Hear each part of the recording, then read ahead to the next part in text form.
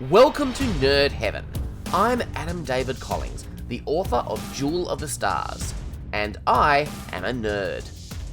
This is episode 81 of the podcast. Today we're talking about the Stargate Universe episode, Resurgence. The description on Gateworld reads, the crew's newfound control over Destiny's flight path introduces new risks when they find themselves in the middle of a war between two races. The episode was written by Joseph Malozzi and Paul Mully, and it was directed by William Waring, and it first aired on the 30th of November 2010. Eli hasn't shown up for work on the bridge yet. He is, no doubt, still dealing with the grief over the death of Gin, which is completely understandable. Rush gives the appearance of someone who is coping better. He's back to work, focusing on what needs to be done. He got his closure when he killed Simeon. Does that mean he's feeling less grief than Eli right now? Probably not. He's just handling it differently. The crew are struggling to understand how to operate the ship's controls. Rush has a better handle on it all, but then he's had quite a head start. Brody has found something interesting, an energy signature. Investigating it would take Destiny about a day's detour from its predefined course, following the seed chips. They debate the pros and cons, but eventually decide it's worth checking out. It could be a sign of intelligent life. Interestingly, Volker, Park and Rush all agree on that, but while Rush and Park think that's a pro, Volker sees it as a con. I love the exchange where Park says, "You can't judge a neighbourhood by a few bad neighbours." And Volker says, "You're kidding, right? That's exactly how you judge a neighbourhood." And they're both right. A neighbourhood gets a bad reputation because it has a number of bad elements in it, but that doesn't mean everybody in that neighbourhood is bad. But Destiny's track record of encountering alien life hasn't exactly been very positive. Also, note they still can't quite figure out how to change the ship's course without Chloe to do the calculations. When they're about to drop out of FTL to see the answers, Eli has to be fetched by Rush. But when that happens, he does come. He's not completely locked himself away from life, but he definitely doesn't have the drive and enthusiasm for his work that he used to. What they find is a massive graveyard of spaceships, the site of a great battle sometime in history. How fascinating! One of the ships is familiar, the ship that Rush and Young explored a few episodes back. It looks like that particular species were the losers in the battle. Scott and Chloe are still having the same conversation. The alien transformation is spreading. Soon she won't be herself anymore, but something dangerous that has to be removed. Scott won't let that happen. But what can he possibly do to stop it? I can understand Chloe's perspective, but I can really identify with Scott. If it were my wife there, I'd never give up on her, even though there seems to be no possible solution. But even he has to acknowledge that he has been pulling away from her. It's been happening for some time. We first noticed it in Cloverdale. I love how they're continuing to develop this over multiple episodes. This is exactly the kind of thing I wished that they would have done in Star Trek Voyager. If this had been a Voyager episode, Chloe would have been infected at the start of an episode. The drama would all occur over a short amount of time, and it would all get resolved by the end of that same episode. But this began all the way back in the middle of Season 1. We're now approaching the middle of Season 2.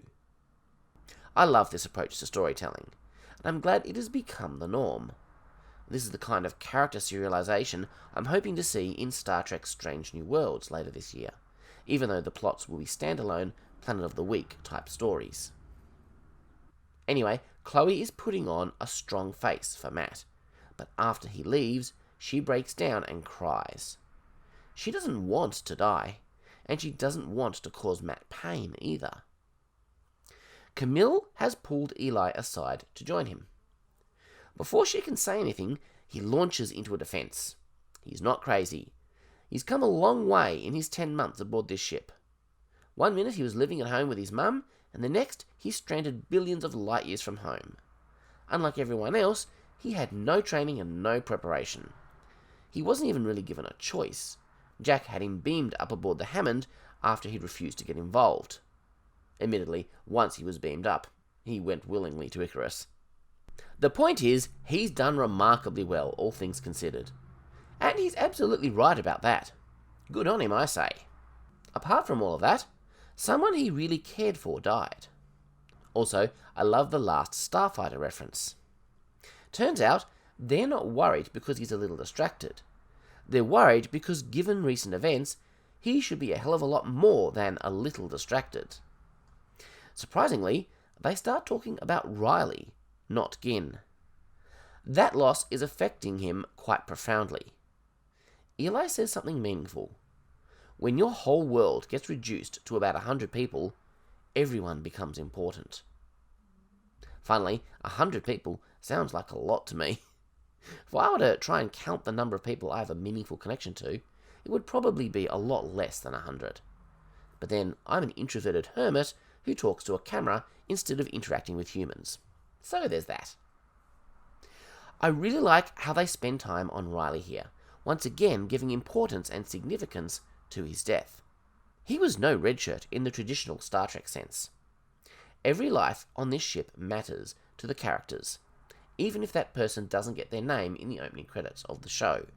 In universe, they matter. When Camille mentions Gin, Eli's face hardens, as if to say, "How dare you mention her name?" And then he just walks away. There's a hell of a lot of hurt there, and he's not remotely ready to talk about it. This was a wonderful character scene. I loved it. Until recently, they only had 2 working spacesuits. Brody just finished repairing a third, which Greer is wearing. He half-jokingly raises concern that he's wearing the recently repaired suit, and Brody replies, "Easier to fix if something goes wrong," which it won't, in all likelihood. Now, this adds a little humour to the scene, but it actually makes complete and perfect sense.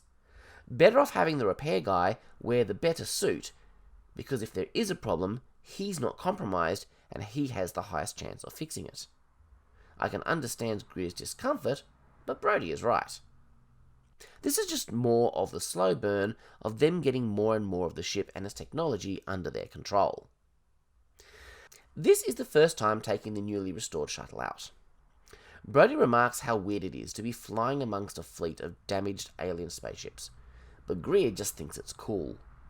I'd think it was cool too, but I'd also be feeling the awe, which I think is what Brody is trying to express. As they fly past, one of the alien ships powers up. There is one particular ship the shuttle is heading towards with the intention of boarding it. I imagine this is the ship of the type Young and Rush explored earlier. I'm not entirely sure why they chose this particular ship. They've already seen one of these. Why not investigate one of the other ships from whatever other race was involved in this battle? The transfer from one ship to the other isn't exactly smooth. Greer has to float through space. In most sci-fi shows, every spaceship out there, even from races never encountered before, always have compatible docking ports, as if there's some universal standard that everyone knows about. And I'll put my hand up and admit, I've done this in my own writing. But what they're doing here is a bit more realistic. Varro, the leader of the remaining Lucian Alliance, is confined to quarters, not because of anything he did, but because he didn't sufficiently warn the crew of how unstable Simeon was. He thought he could control him. He was wrong. It seems there is a bit of a friendship between Varro and TJ. They talk about TJ's recent revelation, that the people who came back from Eden didn't have her child. She has accepted that she was misled by the ship. Varro seems to be holding on to the possibility that there might still be some other explanation. That's when TJ noticed something at the window, the powered ship. Destiny has analysed the debris and figured out what pieces go together to make up the various spaceships. The destroyed ships are the ones we've encountered before. The others are not destroyed. They're just dormant. Perhaps they were drone ships that shut down after they'd accomplished their instructions. And that's the ship that powered up, which TJ saw. Eli says they have to get out of there right now, which is probably a good idea. Young recalls the away team. The alien drone ships are waking up en masse now. They're zipping around. Young prepares to fire weapons, but he also asks Eli to send a message in whatever language he can, explaining that Destiny is not a threat. This is an exciting scene. Stargate Universe has a good balance between science fiction and character drama. I've encountered detractors who have said that SGU is not science fiction, it's just a soap opera. This is so not the case. If anything, I'd say that this show is the most genuine science fiction, in the truest sense of the term, than anything else in the franchise. So we're treated to a space battle as these alien fighters zip around Destiny. Typical Rush wants to jump away without the shuttle. Ever the cold hard pragmatist. Things are looking bad. The FTL drive has been damaged and weapons are failing. The next thing that happens is a big surprise. An ancient seed ship drops out of FTL, and Destiny is hailed by our old friend, David Telford. Remember, he was left behind on the seed ship earlier this season. So in a sense, Rush was right. If the seed ship hadn't shown up, they'd all be dead now. Telford seems to know what he's doing. Both ancient ships head into the star, pursued by the alien drones. Destiny and the seed ship are designed to enter a star. That's how they recharge. The alien ships are not, and they burn up. It bought them some time, but there are other drone ships still out there, and they just have to fly around the star. But apparently it's going to take a lot longer than I imagined for that to happen. The two ships dock. Telford tells his story of what's happened since we last saw him. It turns out the aliens that had boarded the seed ship were not hostile, just desperate. Telford was at their mercy, but they didn't harm him. They were curious. Communication proved difficult. Their stasis pods have a neural interface to keep the mind occupied while the body sleeps. That concept has been done in sci-fi before. Voyager comes to mind. Anyway, Telford saw a whole lot of images. Some of it was clear. Telford was able to form an understanding of the aliens and their history. They call themselves the Assini. They began to trust him. They worked together to get the seed ship online. They've been chasing Destiny ever since. Telford got nutrition from the alien pods.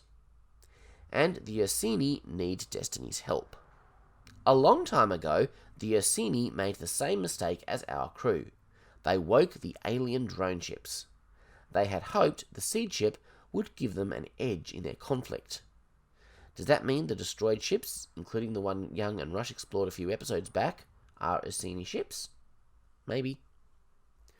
They were left behind by their own people, and so went into stasis on the seed ship until Destiny showed up. They drained power from Destiny because they wanted to go home. They don't want to communicate with their homeworld until they're sure that the drone threat is over. The Assini still have a working FTL drive. With the two ships docked, they could jump, and Destiny will come along for the ride. But the Assini want our help. The drones are all controlled by a command ship. That ship is out of sublight range. They'd have to jump to its location to destroy it. That would make the drones inert, in theory. This is a common sci-fi trope that doesn't make a lot of sense. Why not give each drone its own CPU? I mean, the computing power necessary to program these things is currently sitting in my pocket. There's no reason to centralize things like this. It makes them vulnerable. Star Wars Episode 1 did this with the battle droids. When the command ship in orbit blew up, the drones just shut down. That is so silly. Don't get me wrong, I understand the value of cloud computing, but even now, we can build software that will continue to operate after its connection to the cloud is lost.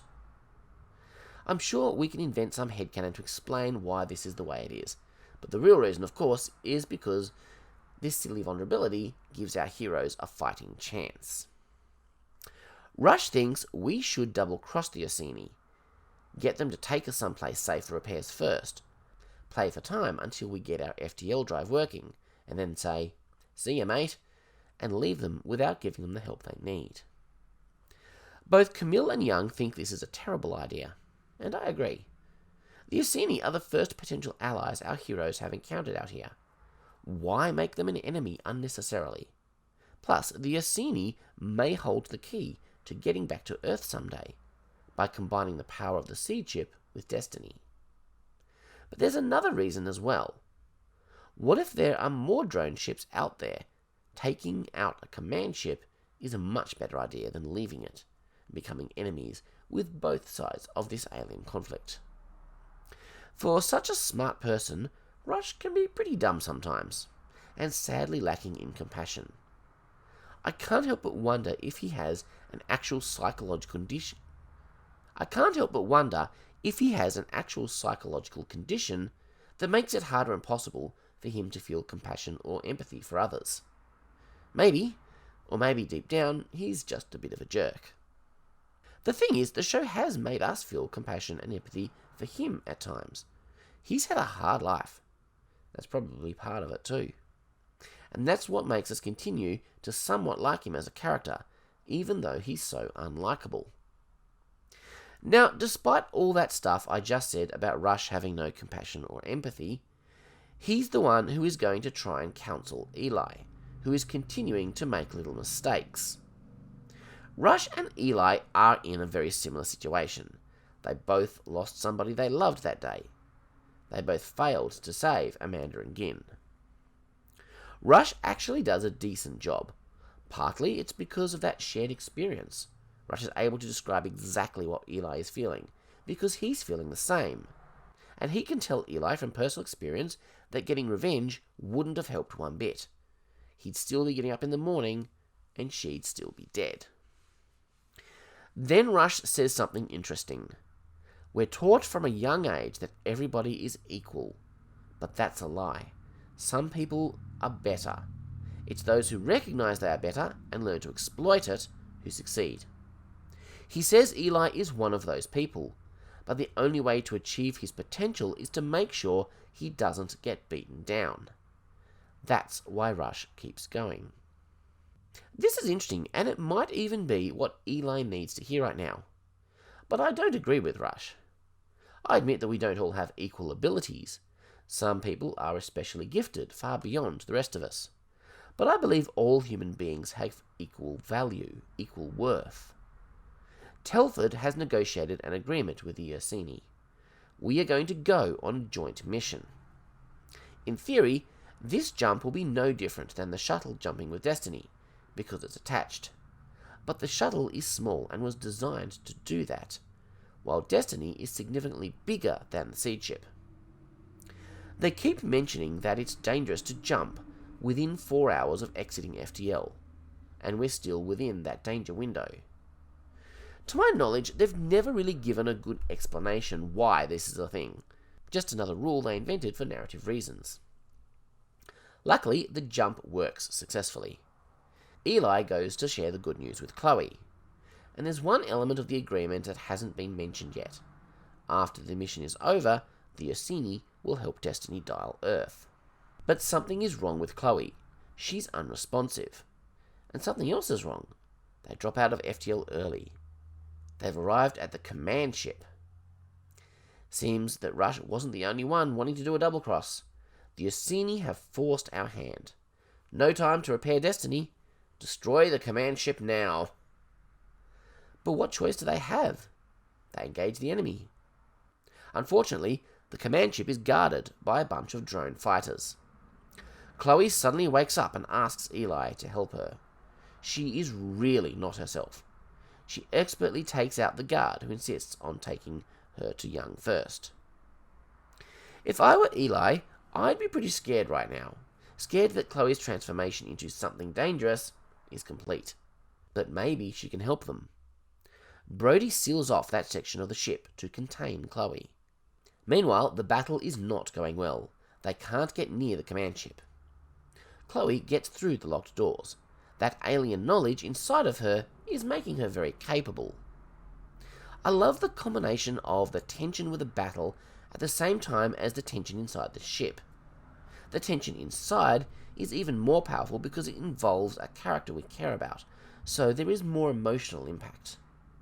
And Varro has a chance to help TJ. Chloe is doing something at a console. Whatever it is she's done, it's over. It's too late for Matt to stop her. Let's hope he doesn't have to be the one to take her down. He'd never be able to forgive himself. And then, as Destiny continues to be pummeled by alien drones, the episode ends. I do love serialized storytelling. It turns out this was actually a mid-season cliffhanger. That's a big thing on American TV. Probably because they need time to finish making the later episodes of a season. It's never really been a thing in Australian TV. But one of the side effects of getting shows at the same time that they do in the US these days is that we're exposed to the oddities of American TV scheduling. This was a fantastic episode. Some great action sequences, lots of aliens, some fantastic character moments, and even some humour that came naturally out of the characters, so it didn't pull me out of the story. We'll have to wait until next time to see what happens next. It'll be pretty exciting. The episode will be called Deliverance. There's some truly great stuff ahead of us.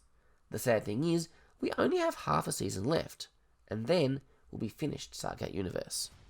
We'd best enjoy it while we can. Incidentally, I do have some exciting ideas about what we'll cover next once Stargate Universe is over. I might share some of that later. But for now, have a great 2 weeks, live long and prosper, make it so.